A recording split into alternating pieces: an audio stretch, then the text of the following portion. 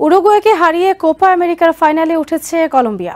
North ক্যারোলাইনার Bank of America স্টেডিয়ামে 1-0 গোলে জিতেছে তারা। এই জয়ে টানা 28 ম্যাচ অপরাজিত থাকার নজির গড়ল নেস্তর লরেঞ্জোর দল। ইতিহাসে তৃতীয়বারের মতো কোপা আমেরিকার ফাইনাল খেলবে কলম্বিয়া। আগামী রবিবার ফাইনালে তাদের প্রতিপক্ষ আর্জেন্টিনা। 23 বছর আগে 2001 সালে কোপা আমেরিকার ফাইনাল খেলে কলম্বিয়া। মেক্সিকোকে হারিয়ে কোপার শিরোপা জেতে দেশটি। মাঝের সময়টাতে নানা উত্থান পতনের মধ্য দিয়ে গেলেও 2 যুগ পর আবারও কোপার ফাইনালে উঠেছে কলম্বিয়া। টুর্নামেন্টের দ্বিতীয় সেমিফাইনালে উরুগুয়েকে 1-0 গোলে হারিয়েছে তারা। এবারের কোপা আমেরিকায় অন্যতম ফেভারিট দল হিসেবে অংশ নেয় উরুগুয়ে। তবে নেস্তর লরেঞ্জোর অধীনে ছুটতে থাকা কলম্বিয়া তাদের ছেড়ে কথা বলবে না, এটা অনেকটাই অনুমেয় ছিল। টানা 27 ম্যাচ অপরাজিত থাকার রেকর্ড নিয়ে মাঠে নামা কলম্বিয়া এদিন এই রেকর্ড নিয়ে গেছে 28 ম্যাচে। ম্যাচের শুরু থেকেই দক্ষিণ আমেরিকার ফুটবল সৌন্দর্য মেলে ধরে দুই দল।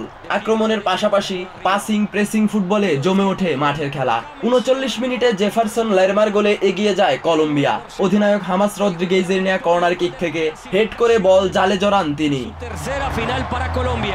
প্রথমার্ধে পিছিয়ে থেকে দ্বিতীয়ার্ধেও গোল পরিশোধ করতে ব্যর্থ হয় উরুগুয়ে। উরুগুয়ের হয়ে বেশ কয়েকটি সহজ সুযোগ হাতছাড়া করেন স্ট্রাইকার ডারউইন নুনেজ।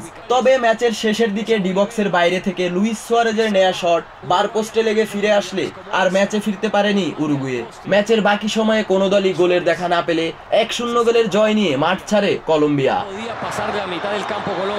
কলম্বিয়ার দীর্ঘ 23 বছর পর কোপা আমেরিকার ফাইনালে যাওয়ার অন্যতম কারিগর দলের তারকা footballer James Rodriguez.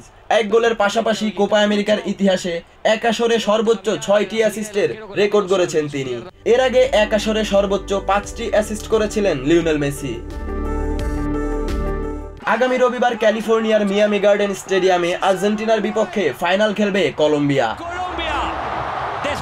Salauddin Saju, TVN 24 news desk.